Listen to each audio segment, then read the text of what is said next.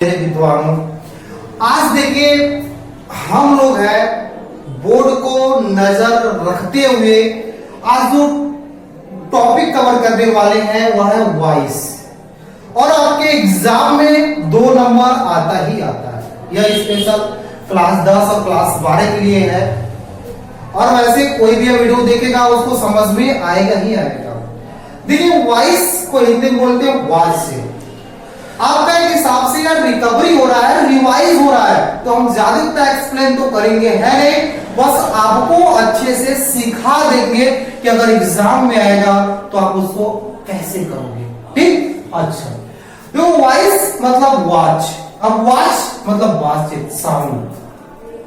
हम लोग जो वॉइस होता है अगर किसी बातों को बोलने को होता है 2-3 तरीके से बोलते हैं। जैसे अगर हम आपसे बोल दे आई टीच यू, मैं आपको पढ़ाता हूं, लेकिन अब इसी में अब हम जो है यहां पर मैं प्रधान हूं, यहां पे मेन रोल मेरा है, आई का है। अगर इसी को कन्वर्ट करके मैं आपको फिर से बोल दो you are taught by me, you are taught by me. अब यहां पे रोल आपका हो गया, यहां पर मेन रोल आपका हो गया। हमको तो एक ऑब्जेक्ट के रूप में बना दिया गया, तो हमको यही सीखना है दोस्तों। यहां पे 2 तरीके का हो गया, तो आप बता सकते हो वॉइस 2 भाग में होता है। एक एक्टिव वॉइस बता सकते हो, दूसरा पैसिव वॉइस बता सकते हो। एक्टिव वॉइस मतलब आप अभी को जस्ट बताएं क्या होता है, आई टीच यू। अब इसी को आप जब पैसिव वॉइस होता है क्या होता है, you are taught by me. अब ये कैसे आया हुआ है, इसको हम लोग यहां पर कैसे चेंज किए हुए हैं, हमको यही रूल्स सीखना होगा। यहां से आप यहां तक कैसे गए हो, ये कैसे बनाए हो, आपको यही सीखना है। या एक्टिव वॉइस से पैसिव वॉइस में आप कैसे जा रहे हो। ठीक, समझ में आया। तो आपको यहां से यहां तक जानने के लिए कुछ बेसिक रूल्स होता है, उस रूल्स को फॉलो करना होगा। क्या आप तैयार हो उस रूल्स को जानने के लिए? क्या आप इच्छुक है रूल्स को जानने के लिए? अगर आप इच्छुक है तो आप बिल्कुल सीख पाओगे, अगर इच्छुक नहीं है तो क्लास छोड़ के बाहर जा सकते हो आप। ठीक, आप सीखते हैं रूल्स क्या क्या होता है। हम आपको रूल्स वही सिखाएंगे जो आपको डायरेक्ट एक्टिव से पैसिव कन्वर्ट कर सकता है। ठीक, आइए देखते हैं। रूल्स नंबर 1, आपको पता है कोई भी सेंटेंस बनता है सब्जेक्ट बनता है, वर्ब चाहिए, ऑब्जेक्ट चाहिए। सेंटेंस बनाने के लिए आपको इसकी आवश्यकता बनती है, पड़ती है। Subject, verb, object. वर्ब आपको पता है 2 प्रकार का होता है, ट्रांजिटिव वर्ब, इंट्रांजिटिव वर्ब, ये तो आप जानते हो। अब इसमें हेल्पिंग वर्ब आएगा, मेन वर्ब आएगा, क्योंकि हेल्पिंग वर्ब आएगा तभी टेंस पहचान पाओगे, ये भी जानते हो। चलो ठीक है। अब रूल्स नंबर 1 क्या कहता है, इसका पैसिव वॉइस कन्वर्ट कैसे करोगे।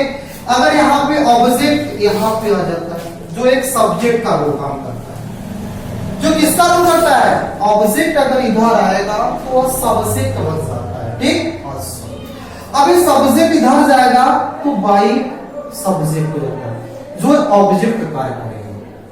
मतलब यह इधर ऑब्जेक्ट आएगा तो सब्जेक्ट बन जाएगा, सब्जेक्ट इधर जाएगा तो ऑब्जेक्ट बन जाएगा बाई के द्वारा। ठीक, और यहां पे जो है ऑलवेज मतलब हमेशा, अगर हम बात करें हमेशा वर्ब के थर्ड फॉर्म का प्रयोग करते हैं, या हमेशा जो कि काम होता है, हमेशा यही काम करेंगे हम लोग, वर्ब का थर्ड फॉर्म का प्रयोग करते हैं। चलिए, ये आपका पहला रूल्स था। इस रूल्स के अकॉर्डिंग हम लोग पूरा काम का काम करेंगे।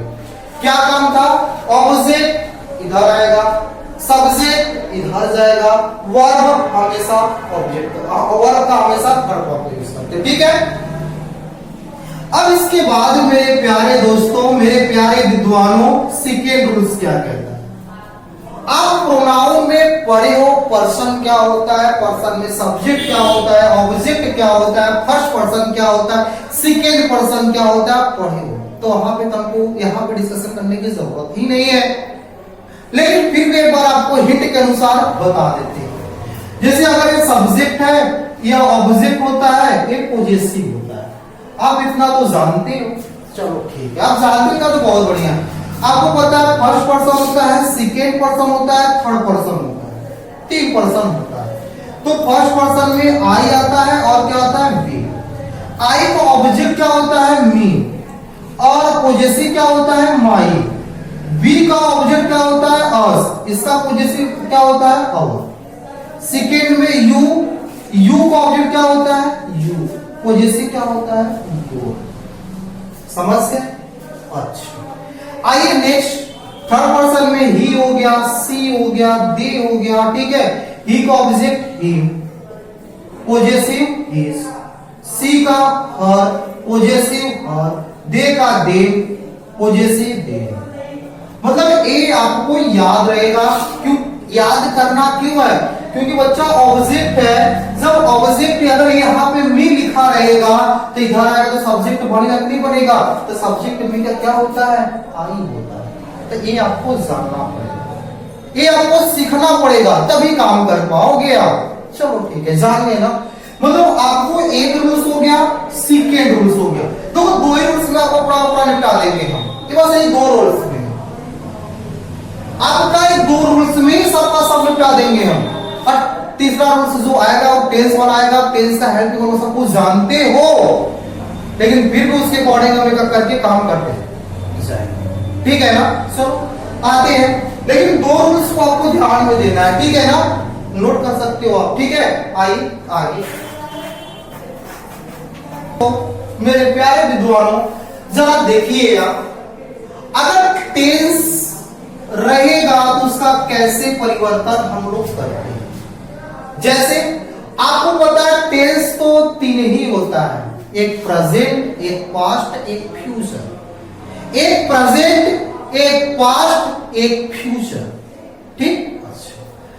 तो प्रेजेंट को 4 भागों में डिवाइड हम लोग करते हैं, पास्ट को भी 4 भागों में डिवाइड करते हैं, फ्यूचर को भी 4 भागों में डिवाइड करते हैं, ठीक। तो पहला होता है इंडेफिनिट। देखिए मेरे प्यारे दोस्तों, इंडेफिनिट।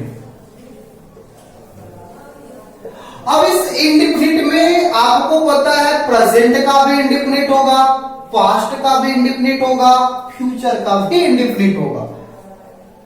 मेरे प्यारे दोस्तों, अब समझना, हम आपको टेस्ट भी देखो कुछ अलग तरीके से ही सिखाएंगे, शॉर्ट में कि आपको ज्यादा लंबा याद भी करने की जरूरत ना पड़े, ठीक है।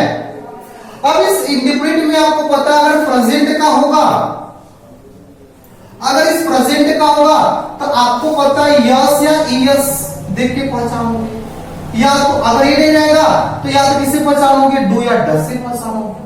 मतलब इससे आप पहचान सकते हो। अगर ये पास्ट का रहेगा तो वर्ब का सेकेंड फॉर्म से पहचानते हो। अगर ये फ्यूचर का रहेगा तो फ्यूचर में विल या शैल से पहचानते हो। कितना इजी है।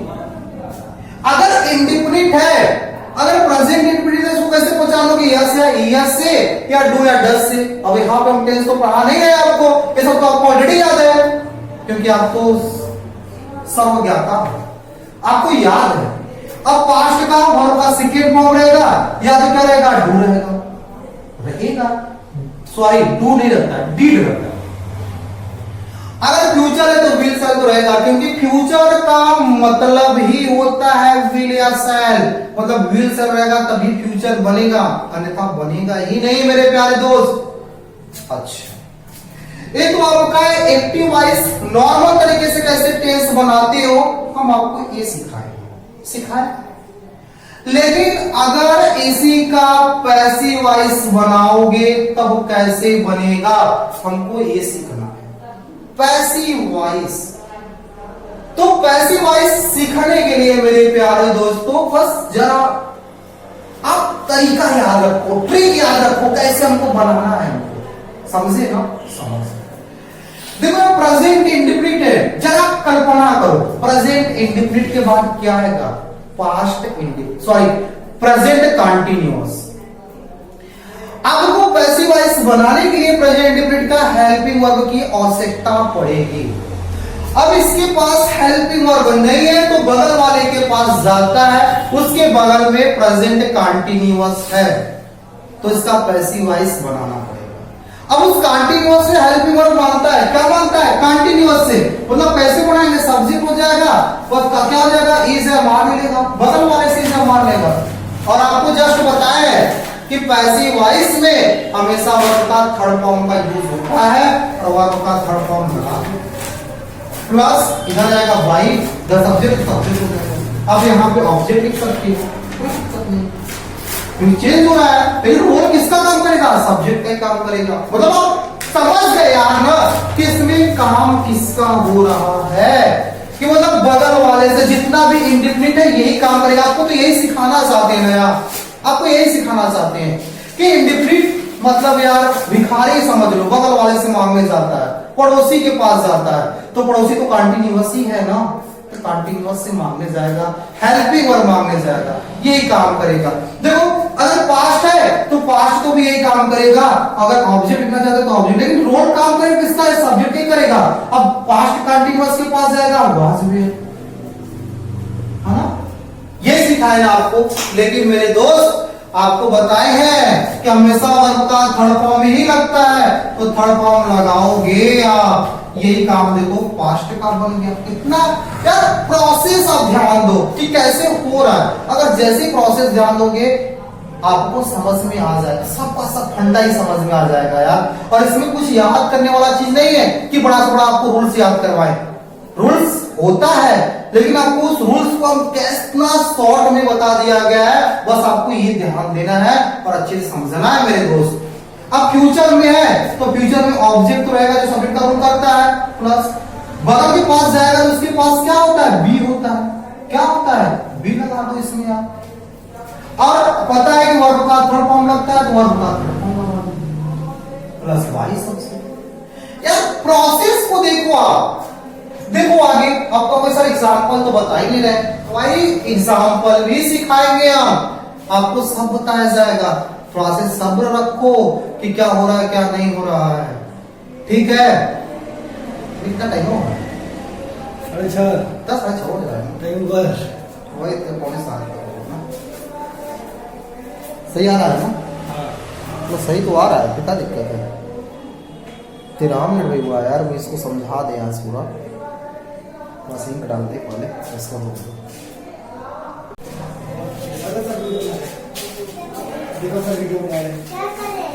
अब जैसे आप पढ़े, इस रूल्स को सीखे, इसका एग्जाम्पल करना तो बनता है भाई, एग्जाम में क्वेश्चन आएगा।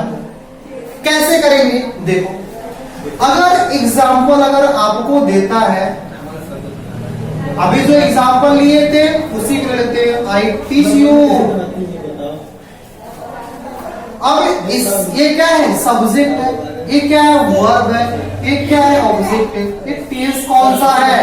प्रेजेंट इंडेफिनिट टेंस है, क्योंकि अब बहुवचन होता है, प्लूरल होता है, जिसके वर्ब में ऐसे इसका प्रयोग नहीं करते दिया हुआ। आपका रूल्स क्या होता है? बताया था, इस यू को इधर लाओ, यू इधर। प्रेजेंट इंडेफिनिट है, बगल वाले के पास जाओ, दिमाग में आना चाहिए इंडेफिनिट बगल, तो यू बहुवचन निकालेगा आर, क्योंकि इज है मार, तीन से कोई लगाना है आर। वर्ब का थर्ड फॉर्म, इज का third form taught, taught TOUGHT taught. इसके बाद ये इधर जाएगा तो बाई, देखो आई बता देना, इधर आएगा तो ऑब्जेक्ट कब करेगा? क्या हो जाएगा? आपका कितना आसानी से बन गया। एक एग्जाम्पल और लेते हैं, जैसे एक एग्जाम्पल आओ, सी रीड्स मी, ये इधर आएगा क्या हो जाएगा? आई, क्योंकि ऑब्जेक्ट है, इधर आएगा क्या जाएगा? सब्जेक्ट। प्रेजेंट इंडेफिनिट यस या यस है, आई के साथ क्या लगेगा? एम। वर्ब का थर्ड फॉर्म रीड का रीड, सी इधर क्या लगेगा? वाई। सी का ऑब्जेक्ट क्या होता है? सी का ऑब्जेक्ट बात ना करो, ध्यान लगाओ बोर्ड पर, समझे ना?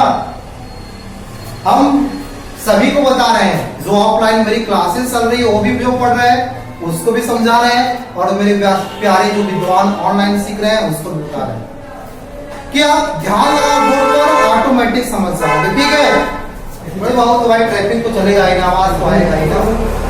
2 क्वेश्चन समझ ले, तीसरे क्वेश्चन एक और क्वेश्चन समझा देते हैं। जैसे एग्जांपल हो, ही गेव मी। अब यहां पे देख रहे हो वर्ब का सेकेंड फॉर्म आ जा रहा है। जब यहां पे वर्ब का सेकेंड फॉर्म आ रहा है तो इसका मतलब पास्ट इंडेफिनिट टेंस है। तो पास्ट इंडेफिनिट टेंस है तो मी इधर आएगा, क्या हो जाएगा, आई आ, सब्जेक्ट बनेगा ना। अब पास्ट इंडेफिनिट उसके बगल में पास जाओ, क्या क्या मांगेगा, वाज या वेयर, तो वाज। गिव का थर्ड फॉर्म गिवन, बाई, ही का क्या हो जाएगा, और कितना आसानी से हो जा रहा है और आपके एग्जाम में आ जाएगा। जब आपके एग्जाम में आएगा तो आपको पढ़ना पड़ेगा और करने के लिए आपको सीखना तो पड़ेगा ही पड़ेगा। ठीक है, आते हैं अब मेरे प्यारे विद्वानों, अब कंटिन्यूअस की इंडिपेंडेंट तो हो गया, अब कंटिन्यूअस की बात कर लेते हैं। इसमें इजी तो बहुत ज्यादा है। अब कंटिन्यूअस की बात हम आपसे करते हैं। अगर कंटिन्यूअस लिख दिया आपके सामने, कंटिन्यूअस, ठीक है, अगर आपके सामने कंटिन्यूअस लिख दिया जाए तो इसका आप कैसे बनाओगे। अब इस कंटिन्यूअस को बनाने के लिए आपको पता है जब कंटिन्यूअस है तो वर्ब के फर्स्ट फॉर्म में आईएनजी तो मिलेगा ही मिलेगा। इसका रूल्स होता है कि अगर कंटिन्यूअस है तो वर्ब के फर्स्ट फॉर्म में आईएनजी मिलेगा। अब प्रेजेंट का कंटिन्यूअस हो या तो पास्ट का कंटिन्यूअस हो या तो मेरे प्यारे विद्वानों फ्यूचर कंटिन्यूअस हो, अगर है तो आईएनजी मिलेगा। तो जब आईएनजी मिलेगा तो हम समझ जाएंगे वह कंटिन्यूअस है। तो इसको बनाने के लिए बस आप मत देखो प्रेजेंट का है कि पास्ट का है कि फ्यूचर का है। और वैसे फ्यूचर कंटिन्यूअस का बिल्कुल नहीं बनता है पैसिव वॉइस। क्यों नहीं बनता है? क्योंकि उसमें विल भी शैल भी पहले तो रहता है, दिक्कत हो जाती है। तो आपको पता है जो पैसिव वॉइस है वह 8 को बनता है, 3-4 को नहीं बनता है। तो फ्यूचर कंटिन्यूअस बिल्कुल नहीं बनता है। फ्यूचर कंटिन्यूअस को याद रख लेना। अब आईएनजी है तो याद रखना जब वह इधर आएगा जो सब्जेक्ट ऑब्जेक्ट वाला काम करेगा करेगा ही। अगर प्रेजेंट का है तो इज एम आर दिखेगा, अगर पास्ट का है तो वाज और वेयर दिखेगा।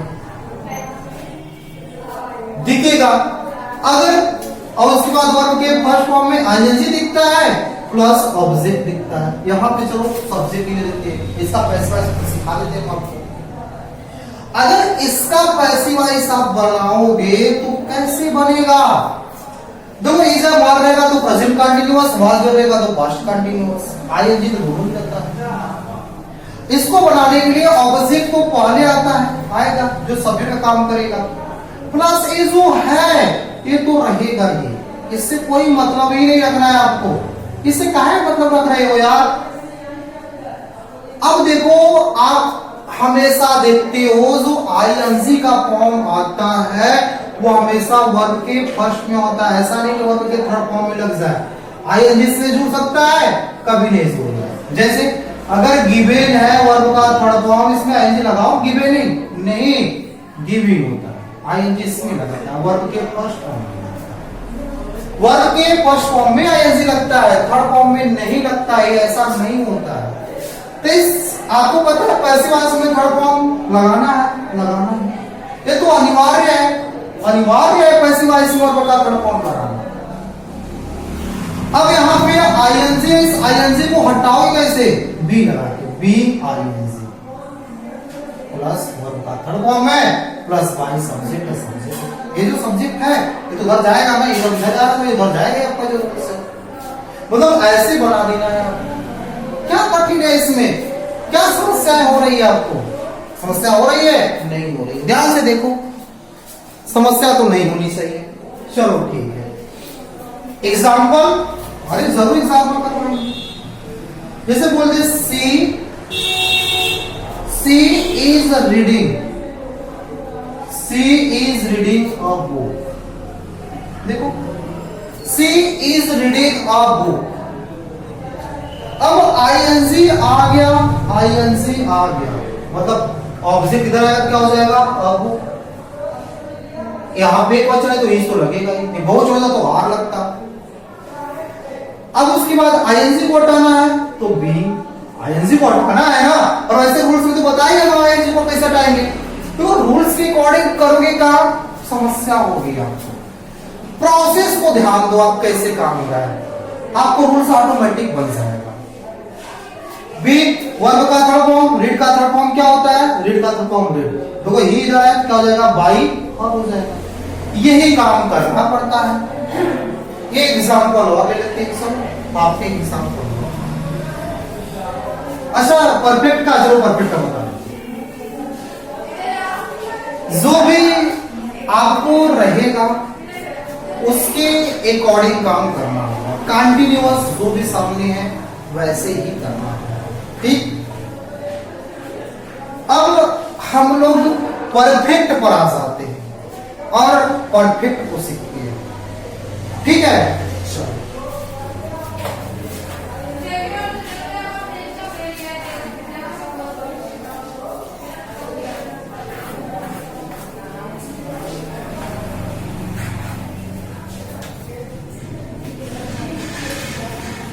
परफेक्ट, परफेक्ट की पहचान क्या होती है आपको पता है, हैज हो सकता है, या तो हैव दिखेगा या तो हैड दिखेगा, इन्हीं के साथ वर्ब का फॉर्म दिखता है। परफेक्ट की यही पहचान है। अगर प्रेजेंट परफेक्ट है तो हैज हैव वर्ब का थर्ड फॉर्म, पास्ट परफेक्ट है हैड वर्ब का थर्ड फॉर्म, फ्यूचर परफेक्ट है तो विल शैल और हैव वर्ब का थर्ड फॉर्म। मतलब कॉन्सेप्ट को ध्यान देखो, प्रेजेंट पास्ट फ्यूचर को छोड़ दो, आप कॉन्सेप्ट पर ध्यान दो कि कॉन्सेप्ट हम कैसे समझा रहे हैं। अगर परफेक्ट है, इसका पैसिव वॉइस अगर बनाना है आपको, तो इसको पैसिव वॉइस बनाने के लिए बस ये जो हैज हैव दिख रहा है आपको, ये जो हैज हैव हैड दिखेगा प्लस इसी के आगे बिल लगा, बिल लगा दो, उसके बाद वर्ब का थर्ड फॉर्म तो रहेगा। सब्जेक्ट ऑब्जेक्ट, ऑब्जेक्ट सब्जेक्ट, ये तो काम चलता रहता है आपका, यही काम करना है आपको। मतलब हैज हैव हैड कहीं भी अगर तीनों दिखता है आपको तो उसके आगे भी लगा दो, काम बन जाएगा। जैसे example, I had completed my, अब हैड दिख गया, बोले तो ऑब्जेक्ट सब्जेक्ट बना दो, हैड है हैड, बी है बी, थर्ड फॉर्म तो ऑलरेडी दिया हुआ है, थर्ड फॉर्म ऑलरेडी दिया है, आज हो जाएगा क्या जाएगा वाई, ठीक। आप जितना सीखे हो तो वहां से एक बार घर पर रिवाइज करिए और इसके आगे का जो आपके एग्जाम में इंपरेटिव सेंटेंस का बार बार आता है क्वेश्चन, उसको सीखेंगे। लेट का प्रयोग कैसे होता है और इसको करते रहिए। और नेक्स्ट वीडियो में पहले इसका 5-10 को एग्जाम्पल भी करेंगे हम लोग और साथ साथ में अगला कॉन्सेप्ट भी सीखेंगे। तो टेंस के अकॉर्डिंग का आपका इंपरेटिव सेंटेंस आएगा, मॉडल ऑक्सिलरी वर्ब आएगा, तो हम लोग कैसे उसका पैसिव वॉइस बनाएंगे, ठीक। तो क्योंकि आपके एग्जाम में इंपरेटिव सेंटेंस का ही आता है। चलिए ठीक है, मिलते हैं नेक्स्ट वीडियो में। नमस्कार मेरे विद्वानों, अगर आपको अच्छा लगेगा तो अपने फ्रेंडों को शेयर कीजिए, अन्यथा फिर आप कोई दिक्कत नहीं मत करिएगा, ठीक है। और नए हो, ऐसे मेरे पुराने जो बच्चे हैं वो तो लाइक शेयर करवा करते हैं, जो नए बच्चे हैं वो सब्सक्राइब किए भी अपना, ठीक है। मिलते हैं, thank you so much, love you.